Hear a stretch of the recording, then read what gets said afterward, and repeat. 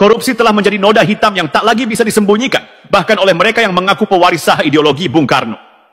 Ironi terbesar datang ketika tangan-tangan yang mencatut nama rakyat justru adalah tangan yang mencuri dari rakyat itu sendiri.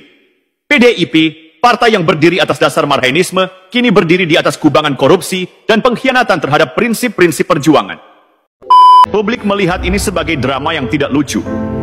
Ketika partai terbesar di negeri ini memamerkan konflik internal seperti ini, apa yang diharapkan dari rakyat? Solidaritas, simpati, tidak, yang muncul justru antipati. Bahkan, banyak yang mulai bertanya-tanya, apakah PDIP sedang menggali kuburnya sendiri? Karena kan orang kalau udah 10 tahun dan masih punya hasrat terus tiba-tiba nganggur kan? Bukan. Pasti masih ada. Kalau kita melihat itu adalah sisa-sisa kader PD Perjuangannya. Karena Ketua Umum PD Perjuangan selalu memerintahkan kadernya turba. Nah, sampai sekarang Pak Jokowi. Jadi Bang Deddy harus bangga juga. Masih ada sisa. Salam Pancasila. Masih ingat video saya beberapa minggu yang lalu yang temanya adalah Jokowi vs PDIP, ya, dan saya mengatakan Jokowi habis.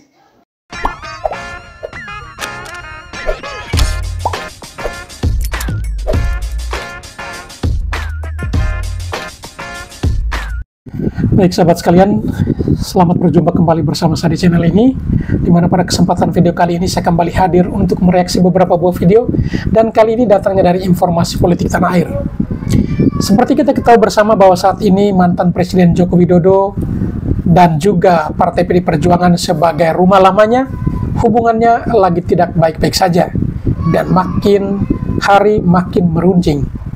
Hal itu dibuktikan dengan beberapa pernyataan atau statement dari para elit partai politik PD Perjuangan yang justru terus-terusan menghajar mantan Presiden Joko Widodo dengan berbagai pernyataan yang menyudutkan. Bahkan baru-baru ini dalam HUT PD Perjuangan pun Megawati Soekarno Putri justru menyampaikan ucapan terima kasih kepada Presiden Prabowo Subianto atas pencabutan TAP MPRS nomor 33 tahun 1967 yang sebenarnya ucapan itu pantasnya diterima atau didapatkan oleh mantan Presiden Joko Widodo. Karena sesungguhnya yang melakukan proses untuk pencabutan TAP MPRS nomor 33 tahun 1967 tersebut adalah mantan Presiden Joko Widodo. Namun, mengapa Megawati justru melakukan hal di luar daripada yang dipikirkan, yaitu dengan menyampaikan ucapan terima kasih bukan kepada Jokowi, melainkan kepada Prabowo Subianto. Ini sebagai bentuk atau ungkapan kekesalan, kekecewaan dari Partai PD Perjuangan terhadap sebuah bentuk dalam tanda kutip pengkhianatan yang dilakukan oleh mantan Presiden Joko Widodo terhadap Partai PD Perjuangan. Dan lagi-lagi, para elit Partai PD Perjuangan terus memberikan statement negatif terhadap mantan Presiden Jokowi tersebut. Namun di luar dugaan, justru masih begitu banyak rakyat Indonesia yang mencintai dan simpati terhadap mantan Presiden Joko Widodo. Dan di berbagai kesempatan, mereka pun mengungkapkan atau memberikan statement yang justru membela mantan Presiden Joko Widodo. Baik seperti apa statement-statement baik itu dari para elit Partai PD Perjuangan maupun para netizen yang berjuang untuk memberikan perlawanan atau mengimbangi pernyataan-pernyataan negatif dari Partai PD Perjuangan terhadap mantan Presiden Joko Widodo. Mari kita ikuti video-videonya. Korupsi telah menjadi noda hitam yang tak lagi bisa disembunyikan, bahkan oleh mereka yang mengaku pewaris sah ideologi Bung Karno. Ironi terbesar datang ketika tangan-tangan yang mencatut nama rakyat justru adalah tangan yang mencuri dari rakyat itu sendiri. PDIP, partai yang berdiri atas dasar marhainisme, kini berdiri di atas kubangan korupsi dan pengkhianatan terhadap prinsip-prinsip perjuangan. Fakta ini bukan lagi sekadar bisik-bisik, melainkan bukti yang terpampang nyata. Namun, apa yang mereka lakukan ketika kebusukan ini terungkap? Bukannya introspeksi atau meminta maaf, mereka malah mengarahkan tuduhan kepada Presiden Jokowi. Seolah-olah semua kehancuran ini adalah hasil dari kehadiran beliau. Pak Jokowi digambarkan sebagai semacam momok, hantu yang konon menghantui partai dan membuat semuanya berantakan. Narasi itu lucu sekaligus tragis. Jokowi yang selama ini berdiri tegak menghadapi badai kritik tidak pernah membalas hinaan atau fitnah. Ia memilih untuk tetap bekerja, menyelesaikan tugasnya sebagai pemimpin negara. Tapi bagi sebagian kader PDIP, loyalitas dan kerja keras Jokowi tampaknya menjadi ancaman.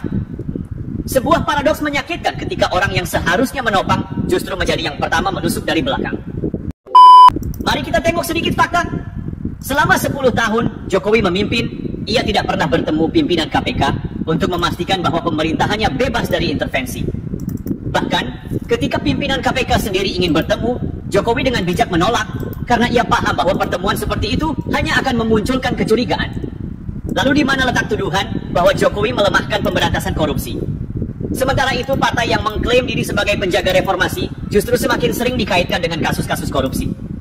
Lebih ironis lagi, tokoh-tokoh PDIP yang pernah mendukung Jokowi kini sibuk membangun narasi seolah Jokowi adalah perusak partai. Mereka lupa partai ini tidak perlu orang luar untuk hancur. Mereka sudah menghancurkan diri sendiri dengan kerakusan dan kepentingan pribadi. Dalam dinamika politik yang semakin memanas, PDIP tampaknya lupa bahwa rakyat tidak lagi buta. Narasi-narasi mereka yang mencoba menutupi borok sendiri dengan menyalahkan Jokowi hanya menjadi bahan olok-olok. Dukungan mereka pun tak lagi tulus, melainkan berlandaskan siapa yang memberi keuntungan lebih besar. Ketika kepentingan pribadi menjadi prioritas, tak heran jika nilai-nilai ideologis Bung Karno semakin memudar. Namun, yang paling menyedihkan adalah dampaknya bagi rakyat. Mereka yang mempercayai partai ini sebagai pembela kaum kecil kini harus melihat bagaimana kepercayaan itu dikhianati. Sementara itu, Jokowi tetap bekerja, meski harus menanggung tuduhan dan fitnah yang dilontarkan oleh keluarga sendiri. Mungkin ini adalah peringatan penting. Kekuasaan tanpa moralitas hanya akan membawa kehancuran. Dan ketika kehancuran itu tiba, jangan salahkan Jokowi, jangan salahkan rakyat. Salahkan diri sendiri karena pengkhianatan selalu dimulai dari dalam. Di mana letak moralitas ketika partai besar seperti PDIP yang mengaku sebagai penjaga api perjuangan Bung Karno justru menjadi komplotan yang menodai namanya? Kita tidak bicara tentang kesalahan kecil atau politik abu-abu. Kita bicara tentang pengkhianatan terang-terangan terhadap rakyat yang mereka klaim bela.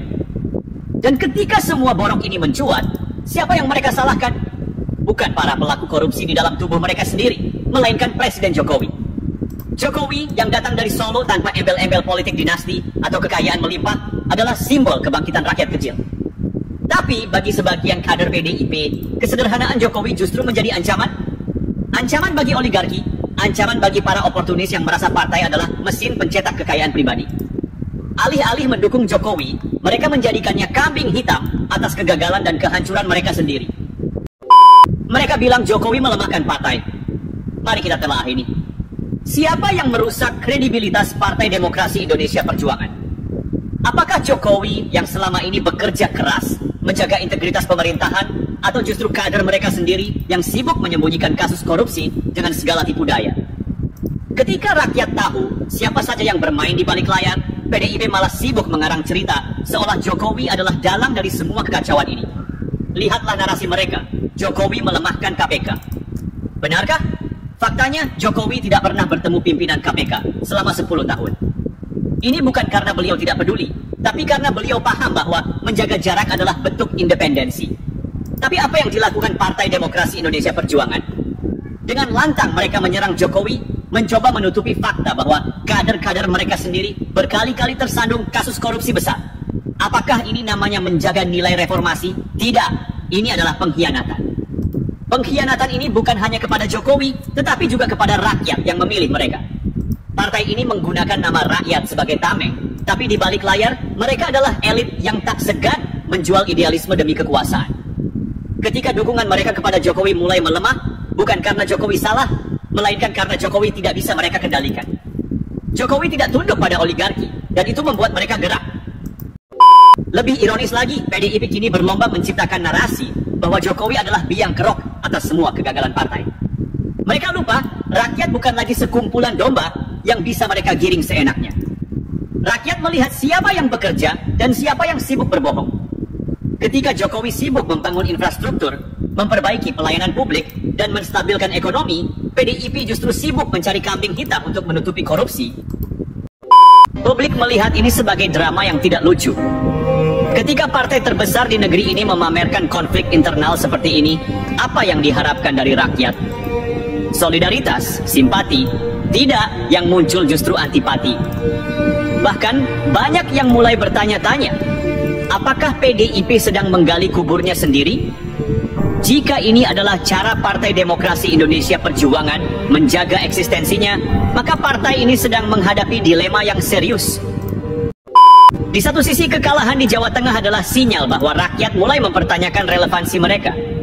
Di sisi lain, konflik internal mempertegas bahwa PDIP belum dewasa menghadapi kritik dan perbedaan pendapat di dalam tubuhnya sendiri. Apa yang bisa kita simpulkan dari ini? Bahwa politik tidak pernah hanya soal menang dan kalah, tetapi tentang bagaimana menghadapi kekalahan. Sayangnya PDIP yang selama ini mengklaim sebagai partai besar dengan ideologi kuat, justru terlihat goyah ketika menghadapi ujian seperti ini. Ada satu hal yang tidak bisa diabaikan. Semakin keras kader menyerang Jokowi dan keluarganya, semakin nyata bahwa mereka kehilangan arah. Jokowi, meski seorang presiden yang lahir dari rahim PDIP, menjadi sasaran empuk bagi kader-kader yang seharusnya mendukungnya. Mengapa? Karena Jokowi bukan tipe pemimpin yang tunduk pada dogma partai, karena ia lebih memilih berpihak pada rakyat daripada agenda politik sempit. Yang jelas, serangan-serangan ini bukan hanya merusak citra Jokowi, tetapi juga mempermalukan PDIP. Ketika sebuah partai besar sibuk bertengkar di depan umum, bagaimana mereka berharap rakyat percaya bahwa mereka mampu memimpin negara? Jika PDIP terus melanjutkan pola ini, maka 2029 bukan lagi soal siapa yang menang atau kalah, tapi apakah PDIP masih ada atau tidak. Kekalahan di Jawa Tengah adalah pelajaran mahal.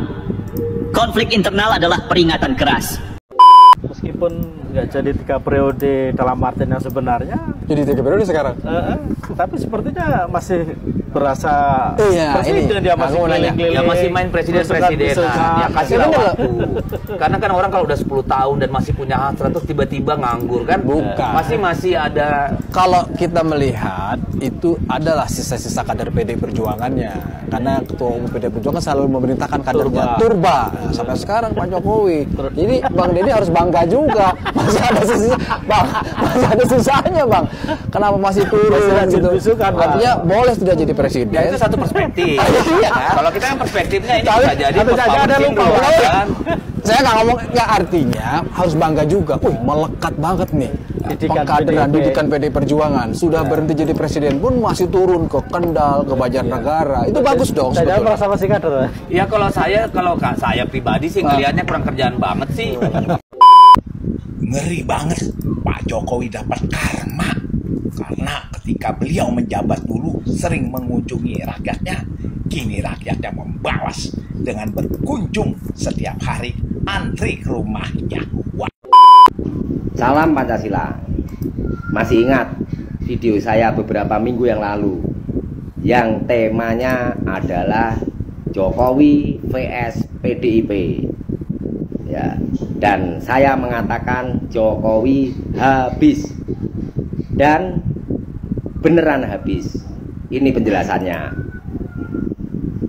Sekarang mulai ada pergerakan-pergerakan kecil ya untuk mendesak KPK memeriksa Jokowi terkait dengan apa yang telah dilakukan pelanggaran-pelanggaran selama dia menjabat sebagai presiden.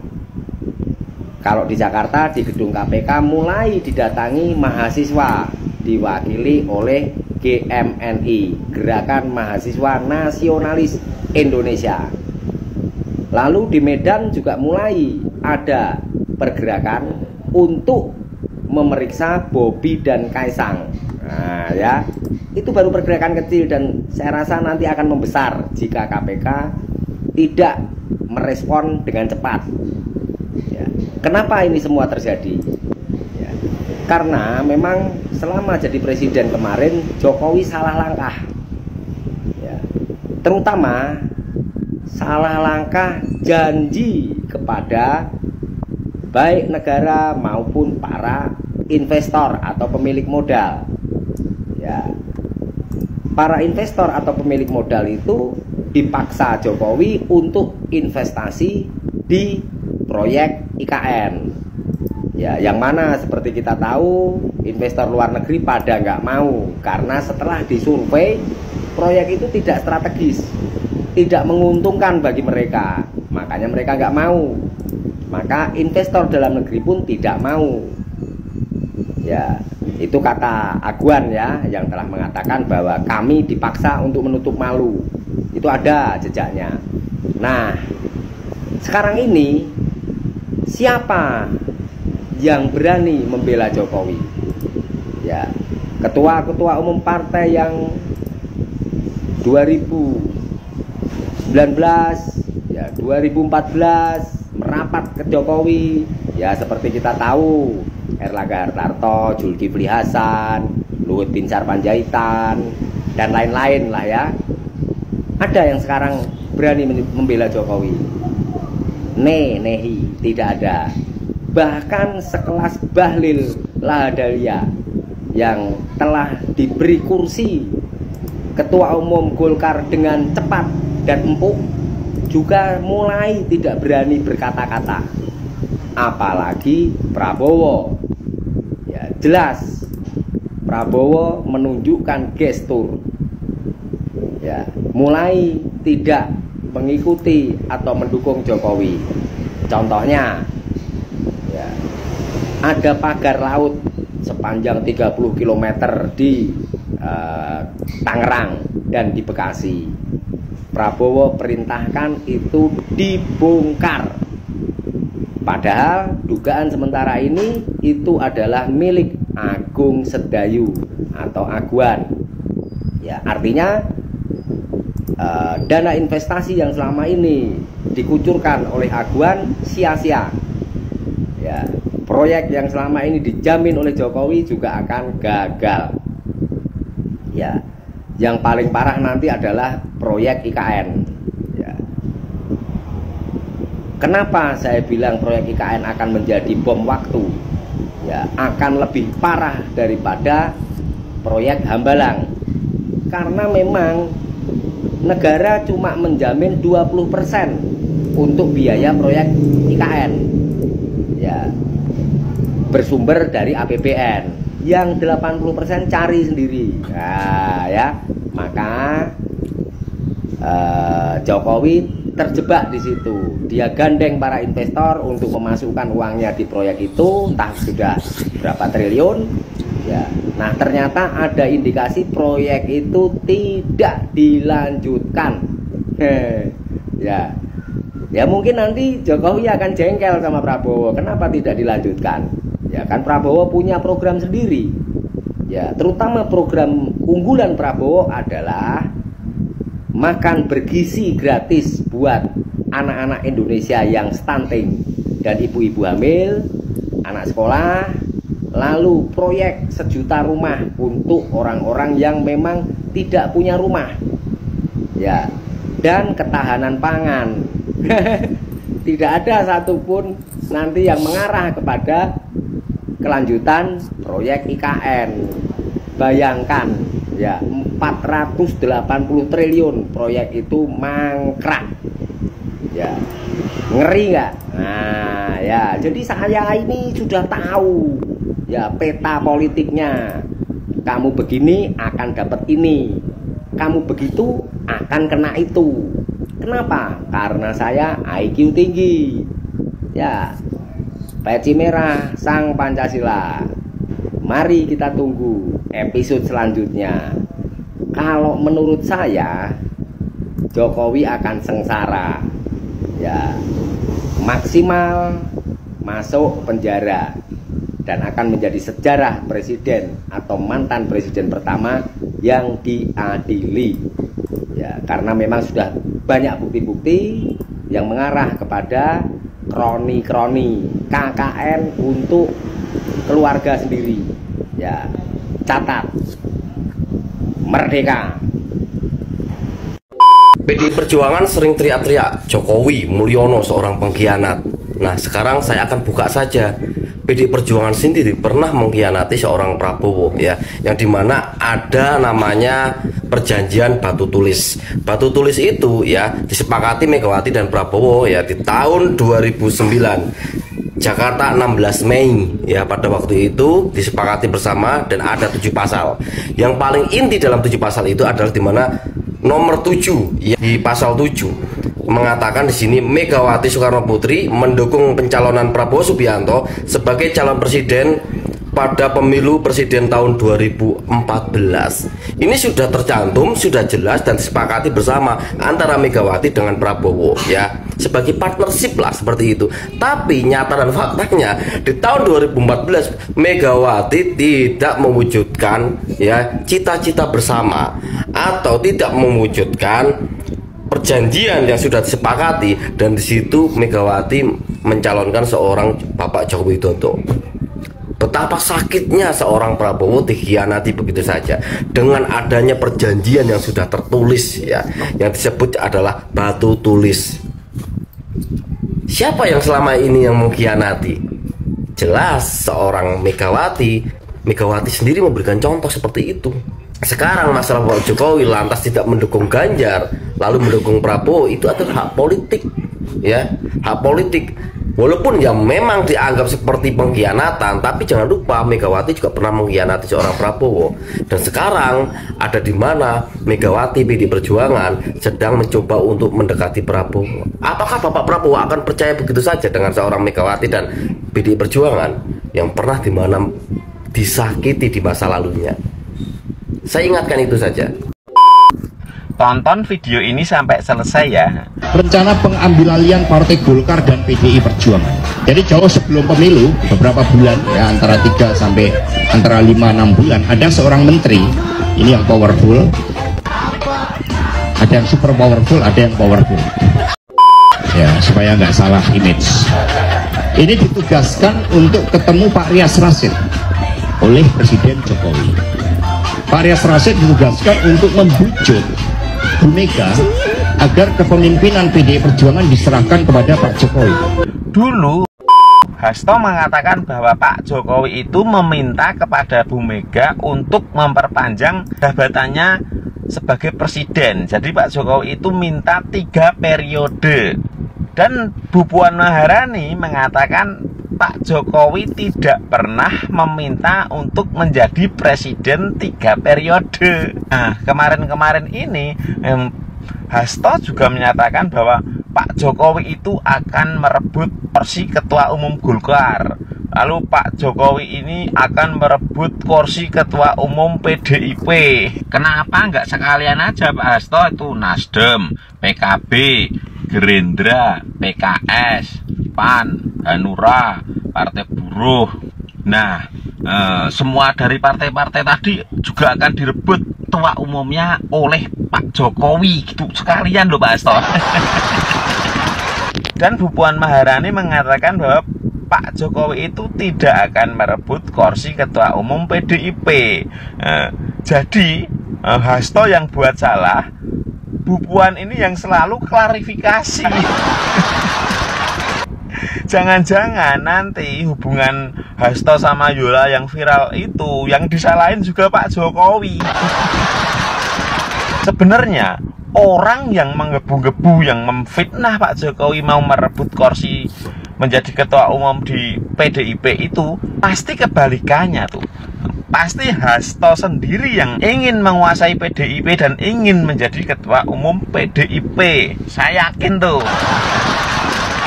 Apa ketua umum yang sekarang Bu Megawati Soekarno Putri itu sekarang sudah tidak pernah lihat media, tidak pernah melihat medsos gitu kali ya. Karena Bu Megawati itu sangat percaya sekali dengan omongannya Hasto, sangat percaya sekali dengan hasutannya Hasto. Kayak kemarin tuh Pak Jokowi kan yang memulihkan nama baik Bung Karno. Dan pidatonya Bu Megawati itu mengucapkan terima kasihnya kepada Pak Prabowo. Jangan-jangan yang bikin teksnya itu Hasto. Saya yakin nih PDIP itu di luarnya solid, tapi di dalamnya rapuh. Dan pasti ada masalah internal nih di PDIP itu sendiri. Nih, buat teman-teman semua ya, buat pendukung Pak Prabowo, pendukung Abah, pendukung Ganjar. Nah, untuk semua aja. Misalnya ya, ini semisalnya anak Megawati itu yang terjun ke dunia politik itu kan hanya ada 2, yaitu Puan Maharani dan juga Prananda. Kalau PDIP pecah, pasti ini akan berebut kekuasaan kan antara Prananda dan Puan Maharani. Jadi kalian setuju yang mana nih? Kalau misalnya PDI ganti ketua umum, yang pertama ketua umumnya itu Puan Maharani dan sekjennya itu Pak Bambang Pacul. Pilihan yang kedua, Prananda ini menjadi ketua umum PDIP dan sekjennya itu Hasto Kristianto. Kira-kira kalau kayak begitu kalian milih yang mana? Coba komen ya. Delogo. Kalian tahu nggak kalau Pak Bambang Pacul dan Jokowi itu sama tapi beda? Sini saya perlihatkan. Mereka sama-sama Korea yang berhasil melenting, tapi bedanya Bambang Pacul tetap setia pada galahnya. Sedangkan Jokowi berkhianat pada galahnya, yaitu Ibu Megawati. Mereka sama-sama menganggap Ibu Megawati sebagai ibu mereka sendiri. Tapi bedanya, Bambang Pacul sampai di usianya saat ini beliau masih berjuang untuk menjaga Ibu Megawati. Sedangkan Jokowi malah berjuang mempermalukan Ibu Megawati. Mereka sama-sama dibesarkan oleh PDIP. Tapi bedanya, Bambang Pacul masih menghormati dan membela PDIP. Sedangkan Jokowi ingin menghancurkan PDIP. Mereka baru-baru ini sama-sama mendapatkan hadiah dari Ibu Megawati. Bambang Pacul mendapatkan jabatan pimpinan MPR, sedangkan Jokowi dipecat. Mereka sama-sama berkali-kali terpilih lewat PDIP. Tapi bedanya, Bambang Pacul ingin pensiun sebagai kader yang dikenal cinta dan setia pada partai. Sedangkan Jokowi pensiun dikenal sebagai pengkhianat partai. Bagaimana? Ada yang mau bantah? Ibarat rampok teriak maling, itulah Deddy Sitorus. Ketika dia mengatakan Jawa Tengah adalah kandang bansos, mungkin Deddy Sitorus lupa Andika membagikan sembako, Ahmad Lutfi juga membagikan sembako. Dan gue yakin gak cuma di Jawa Tengah, hampir semua paslon yang ikut pilkada di 2024 ini di seluruh Indonesia juga melakukan hal yang sama. Gue tidak membenarkan, tapi ini adalah fakta. Fakta ya. Tapi ya, gue mau concern akan satu hal ini nih, tolong. Di Solo, Banteng itu membagikan gas LPG 3 kg, gas melon. Gas itu adalah gas subsidi, ya, itu adalah bansos pemerintah untuk rakyat kecil. Dan untuk mendapatkan gas melon ini, gue sampai googling loh. Kita harus pakai KTP, harus pakai KK, yang usaha pun harus punya foto tempat usaha. Nah, pertanyaannya, kok bisa PDI atau Banteng ini mendapatkan banyak sekali gas melon yang dipakai untuk kampanye? Di saat ya di luar sana banyak yang mengalami kelangkaan gas melon, tapi Banteng bisa mendapatkan banyak sekali untuk dipakai kampanye. Kok bisa? Dari mana? Dari mana nih Banteng mendapatkan gas melon itu? Banteng nggak mau klarifikasi nih, dari mana kalian mendapatkan gas melon itu? Ya, dan ini nggak boleh loh, karena ini adalah gas subsidi, ini adalah bansos, gas ini adalah bansos dari pemerintah. Ya, kok bisa Banteng? Ayo, mau klarifikasi nggak tuh Banteng? Wakilkan tuh ke Deddy Sitorus. Bapak Jokowi itu udah nggak kurang-kurang baik lagi sama PDI Perjuangan ya, nggak kurang loyal bro. Ingat nggak? Pada waktu itu Bapak Jokowi pernah mengendorse seorang Ganjar ya. Dan lagi-lagi ya Bapak Jokowi juga pernah ingin mempersatukan PDI Perjuangan dengan Gerindra, yang dimana keinginan Bapak Jokowi, ayolah Ganjar kamu jadi wakilnya Prabowo dulu ya. Ya, apa yang diperankan oleh Bapak Jokowi selaku presiden ini hanya ingin mempersatukan, dan juga sebenarnya seperti menyindir, ayolah PDI Perjuangan jangan terus berkuasa ya. Ada di mana dan ada waktunya ya, PDI Perjuangan harus menurunkan egonya. Ganjar belum saatnya, biarkan jadi wakil dulu, Prabowo menjadi presiden. Itu yang dimaksud Bapak Jokowi itu simple ya. Tapi namanya PDI Perjuangan itu egonya tinggi sekali ya, merasa dirinya adalah partai pemenang, ya dianggap ya saya nggak mau dong kalau Ganjar cuma jadi wakil. Nah kalau udah kayak gini caranya, mau dibilang apa lagi coba? Ya pasti haus kekuasaan, ingin berkuasa terus. Ya nggak gitu juga konsepnya. Sebenarnya dengan cara seperti itu Bapak Jokowi menyatukan dua nama partai besar, dua nama besar yang bisa dijadikan satu untuk bangsa dan negara. Tapi disalahartikan ya apa keinginan Bapak Jokowi ini.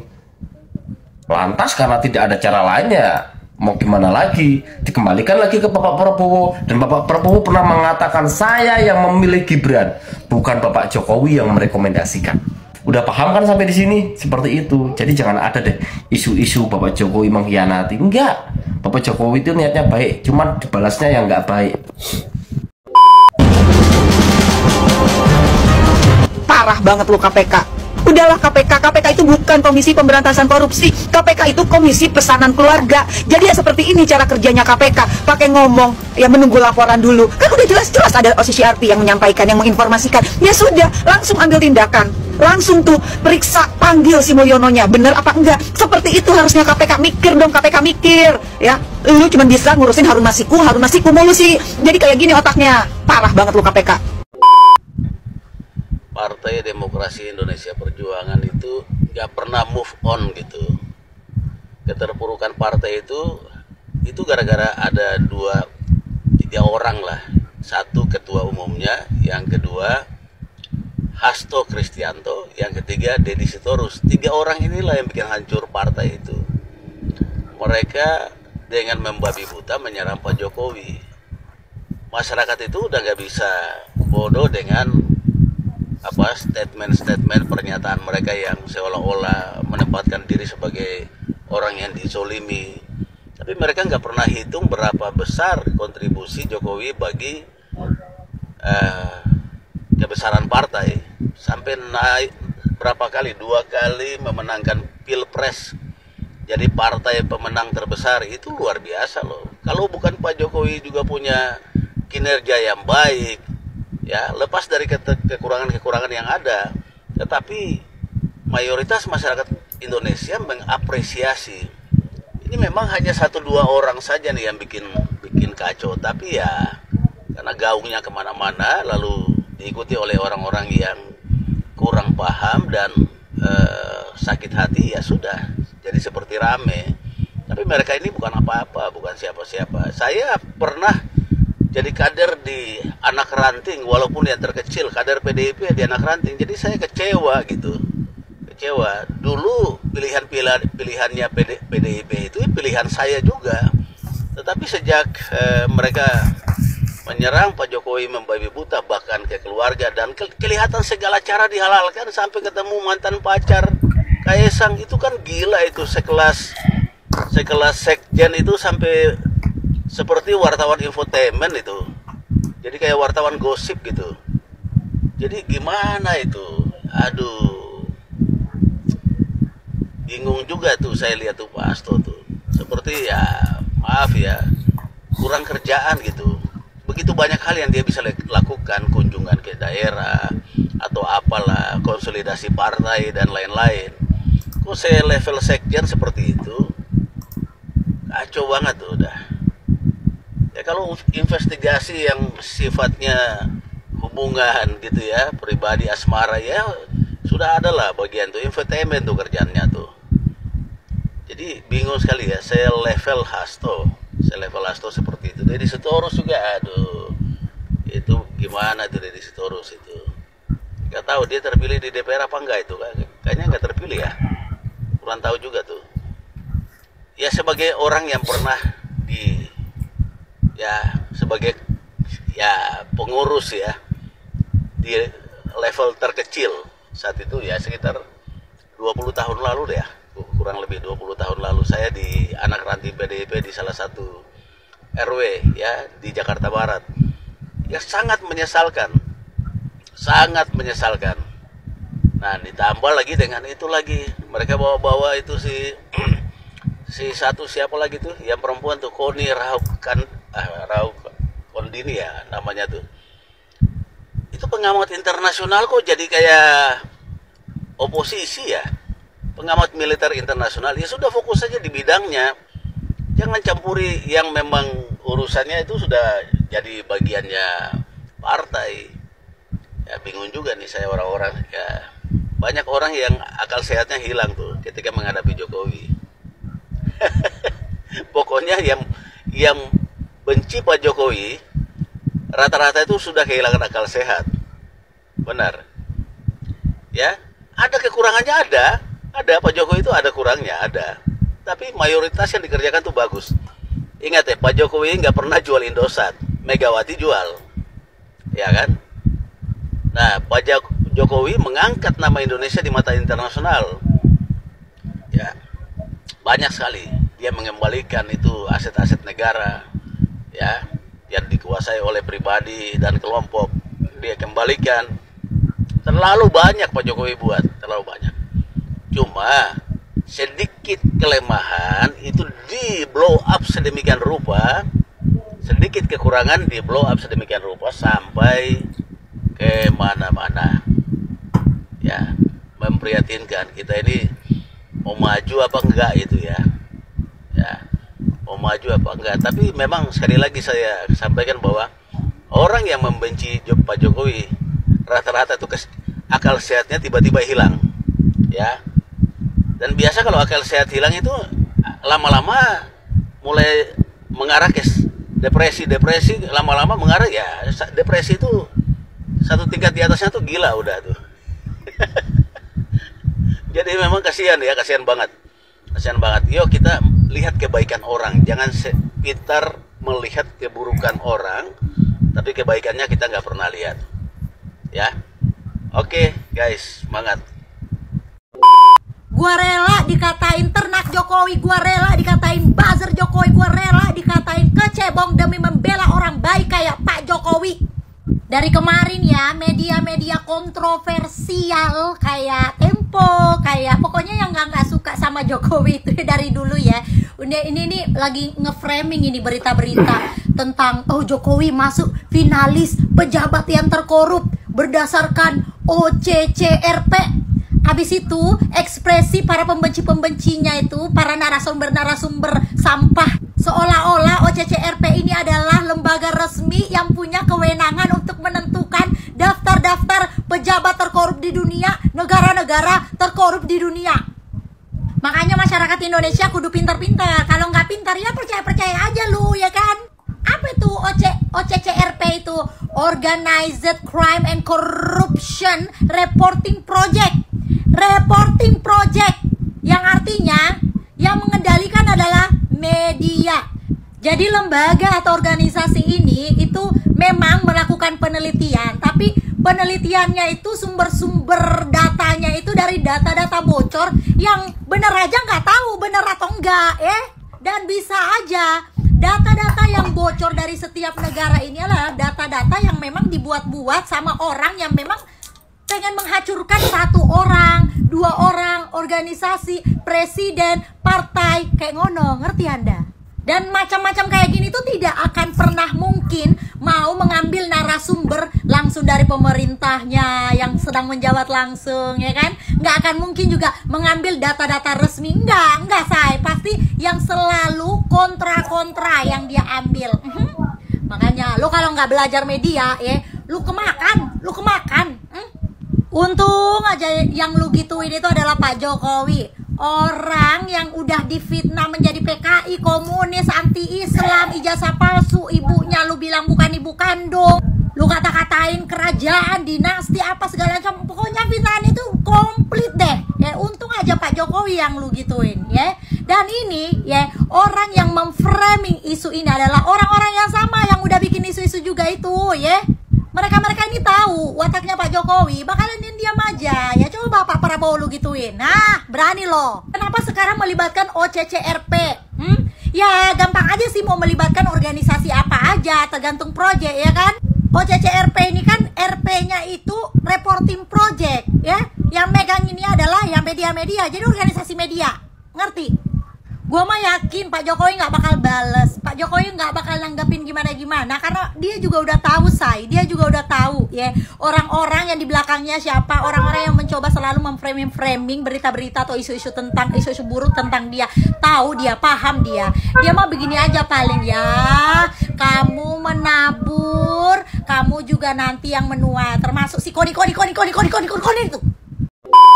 Saya berharap video ini ditonton oleh Ibu Megawati dan oleh kader PDIP. Saya termasuk orang yang dalam konteks kesejarahan PDIP sangat menaruh respek terhadap PDIP. Jadi video ini saya buat bukan atas dasar kebencian. Sekali lagi saya tidak benci PDIP. Saya hanya ingin bertanya begini, apa sih pentingnya kalian itu berseteru dengan Pak Jokowi dan keluarganya? Apa kepentingan politik elektoralnya? Kenapa kalian lebih memilih berseteru dengan Pak Jokowi dan malah membela mati-matian yang namanya Hasto? Mana lebih penting secara politik elektoral antara Jokowi dengan Hasto? Pernahkah PDIP naik elektabilitasnya hanya gara-gara Hasto? Saya yakin tidak pernah, Pak. Kalau saya menjadi kader PDIP, saya akan memilih kehilangan 1000 Hasto dibandingkan dengan 1 Jokowi dan keluarganya.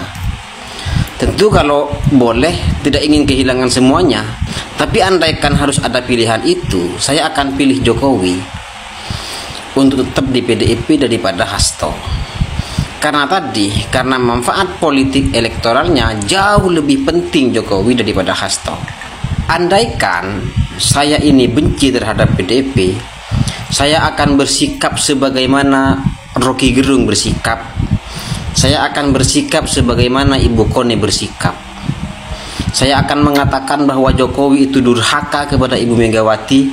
Jokowi bahkan menginginkan Ibu Megawati yang ditangkap oleh KPK. Saya akan menghasut kedua kelompok itu, supaya tidak ada kemungkinan bagi PDIP untuk memanfaatkan keluarga Jokowi dalam kepentingan politik elektoral yang cukup besar itu, Pak. Coba, mari kita renungkan dengan kepala dingin. Mana lebih penting, Jokowi dengan Hasto? Bahkan kalau saya mensurvei, saya berani jamin kebanyakan dari kader PDIP lebih ikhlas kehilangan Hasto daripada kehilangan sosok Jokowi. Keluarga Jokowi itu masih panjang, Pak, perjalanan politiknya ke depan. PDIP masih bisa berkoalisi dengan partai politik yang mengusung Gibran di tahun 2029, andaikan Gibran maju sebagai wakil presiden. Tapi kalau kalian terus-terusan diadu seperti itu, mau diadu seperti itu, kalian tidak punya kesempatan untuk mengusung paslon dengan elektabilitas setinggi keluarga Jokowi. Di mana kalian mau mendapatkan paslon dengan elektabilitas setinggi keluarga Jokowi? Saya tidak berbicara mengenai mana yang benar, mana yang tidak, mana yang etis, mana yang tidak. Tetapi kalau kalian merupakan partai politik, kepentingan politik elektoral harus menjadi kepentingan utama. Baik sahabat sekalian, demikianlah beberapa buah video yang coba saya reaksi pada kesempatan kali ini. Dan kepada para sahabat sekalian yang ingin berkomentar, silakan tulis di kolom komentar. Sekian dan terima kasih dan sampai berjumpa kembali di video selanjutnya.